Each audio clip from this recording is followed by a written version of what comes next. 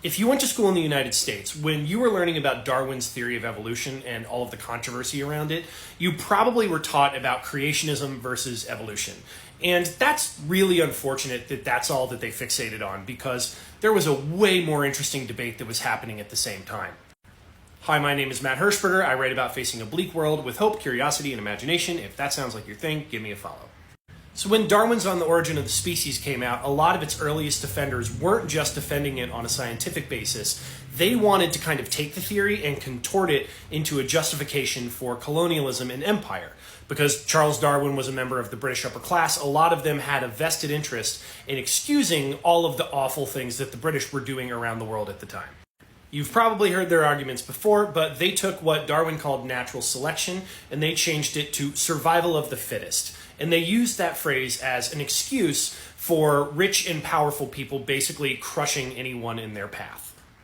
Darwin's discoveries came at the absolute peak of the British Empire, so a lot of these aristocrats who were going to other countries and doing objectively morally awful things now had a rationalization and a workaround by saying, oh, we're furthering the species by dominating as the strong and powerful ones and destroying all of the weak bloodlines.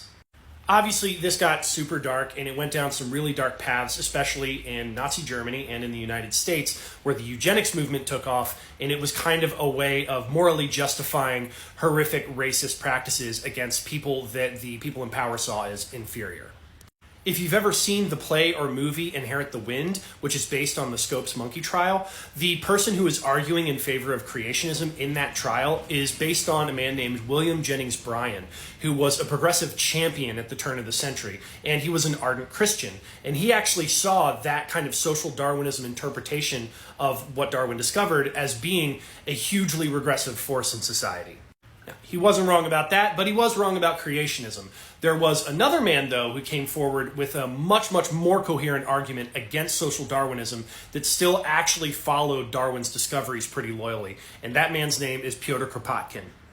Kropotkin was a widely respected Russian geographer who had cut his teeth in the wildernesses of Siberia and Manchuria. And when he was out there in nature, he spent all of this time looking for survival of the fittest and, this competition within species. And instead, what he saw a lot more of was cooperation. So in response to the right-wing social Darwinists, Kropotkin released a series of essays called Mutual Aid, a Factor in Evolution. And what he said was that competition definitely played a role in natural selection, but so did cooperation. And basing all of our political systems off this idea that it is right to dominate and destroy anyone weaker than us actually missed out on the fact that a lot of species survived much, much better if they learned how to cooperate. Now, before Kropotkin, political philosophers, when they were talking about stuff like altruism, would refer to really lofty ideals like universal love as being the reason that we do nice things. And Kropotkin said, actually, no, we do kind, decent, cooperative things, not because it's just something we feel like doing, but because that is actually a practical, smart thing for us to do if we want to survive. Now, if you ever get the chance, read the book. It's free, it's short, it's online, and he goes through all of these examples in nature and in indigenous communities and in medieval communities and in modern communities up to the present day about how we are constantly being influenced by this law of cooperation and how it helps us survive on a day-to-day basis. Now, today, Kropotkin isn't known so much as a geographer as he's known as one of the most influential anarchist thinkers of all time. And mutual aid as a concept is the core backbone of the entire anarchist movement. With that said, it's done by everyone, not just anarchists. If this sounds like something you're interested in, I'm doing a whole course on my Substack, which you can find a link to in my profile.